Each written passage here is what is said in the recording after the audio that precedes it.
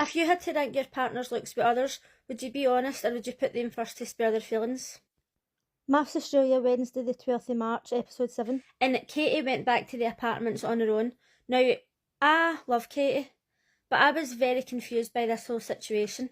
After the way he treated her at the wedding, she still wanted to give it a go. After the way he treated her at the honeymoon, she still went to the dinner party. But once she went to the dinner party, that should have been it, game over. You can want something to work as much as you want, but when he showed up at that dinner party and he was avoiding questions, he was gaslighting her, he was a compulsive liar, then she should have been out that door. When she went back to the apartments and he wasn't there and she found out that he was away home, she still stayed. When she invited two of the girls round to chat about it, the two of them were shocked. They were like, oh, he's ghosted you? Aye, he's ghosted you. He made it very clear at the dinner party that he wasn't interested and you should be glad that he's gone. But she's obviously committed to the cause, so she still wanted to take part in Confessions Week without him. And that audition tape was a fucking joke. When they asked him about looks, he was like, oh, I just want a pretty face, like everything else fades. By the way, pretty faces fade as well, just so as he knows. He's an absolute fucking dick. She was clearly upset, but at that point I would have been laughing. I'd have said, is he fucking for real? What is this guy smoking? If he wanted a petite blonde or brunette, he maybe should have been honest in his audition tape, but he obviously can't fucking speak the truth for 1 second of his fucking pathetic life. So then we had Jackie and Ryan. The two of them are absolutely fucking unhinged. When they first moved into the apartment, she was saying, don't put your dirty shoes on the sofa or on the bed. Completely understandable. Listen, I'm not the tidiest person in the world, but even I don't like shoes on the sofa in bed. I don't mind people wearing shoes in the house. So she was saying, oh, let's compromise. And he says, oh, you don't get to decide what we compromise on. Now, I'm the sort of person who doesn't like being told what to do either. But when it comes to hygiene, basic hygiene, I don't think she was asking for too much. On the other hand, once they went into the bedroom and she was saying, oh, he better not put the TV on in the bedroom. You're not watching TV in the bedroom. I'd say, who the fuck are you to tell me where and when I can watch TV? Shut your fucking mouth. Then she's crying. Oh, I don't think people should watch TV in the bedroom. TV rots your brain. Well, are you trying to tell me that she's went onto Mafs and she's never watched it before? Because that is weird behaviour to me. I'm willing to make compromises here and there. I'm willing to compromise about when you take the bins out, who does the dishes, like tidying up and stuff like that. But do not fucking tell me when I can watch TV. Like if I had been seeing somebody in the past and they made a comment about me having a PlayStation and they says, oh, do you play games like with an attitude? I'd be like, ah, do you know what, get the fuck out of my house. I don't know what kind of personality disorder it is that she's got, or if it's just a superiority complex, but I can't fucking stand her. When it came time to rank the men in order of attractiveness, she put him first. Now, he's not my type. He's not exactly ugly, but he's not my type. She put him first, and all was fine and well. But when it came his turn to rank the women, he decided to be honest, and I would rather my partner was honest. My partner would know that I'm going to put them first because, to me, they're a solid 10. Nobody in life, to me, has ever been hotter than my partner. But if they were ranking me, even against just my friends, and they put me first, I'd be like, right, let's be serious here. It's okay, we can be honest.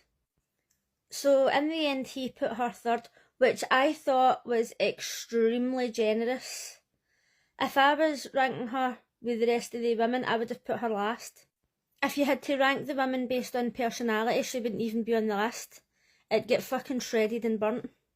And if I had to rank the men's attractiveness, he would be third from the bottom if Tim and Elliot were still in it, but since they're not in it, he would be at the bottom. He's got a superiority complex as well, so I can totally see why the judges put these two together. The next day they had another challenge and they had to speak about their exes, and she says that she likes really tall guys with like Adonis bodies, and he's raging. I don't know why he's raging, because he thinks he's a warrior, he thinks he's a knight. I'm surprised he didn't sit there and go, oh, an Adonis body, that's me. He's so fucking delusional. The two of them are delusional. As I said before, this rainbow isn't caused by the sun, it's literally caused by delusion.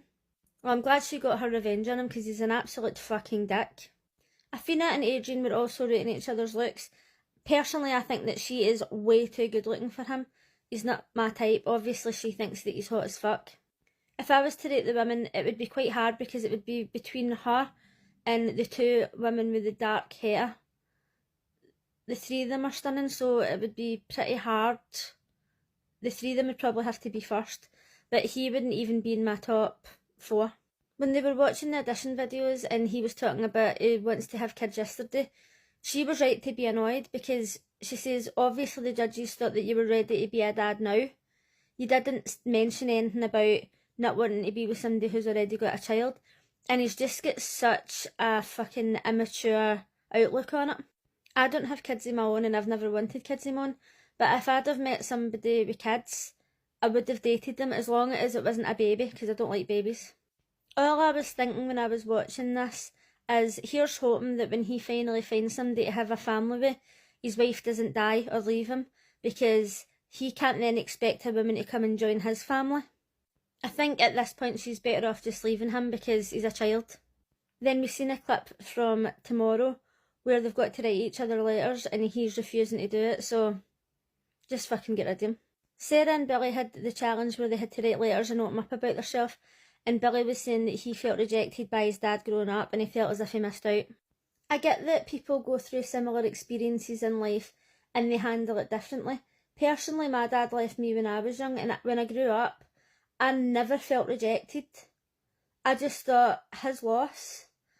I was a bit raging that I didn't get as many Christmas presents, but that was about it. He was the adult and I was a child, and when I had got a bit older, he was at a funeral and his girlfriend had said, oh, why haven't you reached out or whatever? And even as a teenager, I thought, why the fuck should I reach out? He's the dad. So when I've watched like reality TV in the past, and people say, oh, my dad left me when I was 2, and now I'm an adult and I love him and I want to get to know him, that doesn't make any sense to me.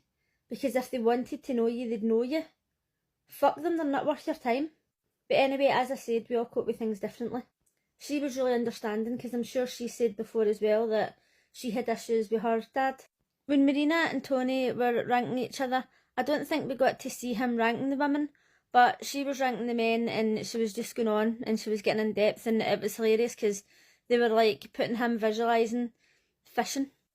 But she was ranking the men based on personality, because she was saying, I'm not here to meet a younger man, but he was there and he didn't speak to me, he was there and he didn't speak to me, which is fair enough. I feel like we didn't get to see that much of the other couples, but in regards to Katie, I had posted a video asking if you would rather see Katie get a second chance or Elliot get a second chance, because as we know, Elliot gets another bride and he comes back. And some people are saying, oh, Elliot will get the views, but to be honest, I have been watching reality TV for over 30 years, way over 30 years, and I feel like there's a difference between drama and just having narcissistic cunts on TV. I watch F-Boy Island and you get a lot of misogynists and skis bags on there, but I like it because they're trying to act nice the whole time, and then in the end you find out if they're F-boys or not. But Elliot came on and he made it very clear that he's a misogynist, a narcissist, and he's also going to be abusive. I'm sorry, but I would rather watch TV and see somebody actually find love than somebody to go on and treat women or men like total shit. But he is coming back, so there's not really much we can do about that.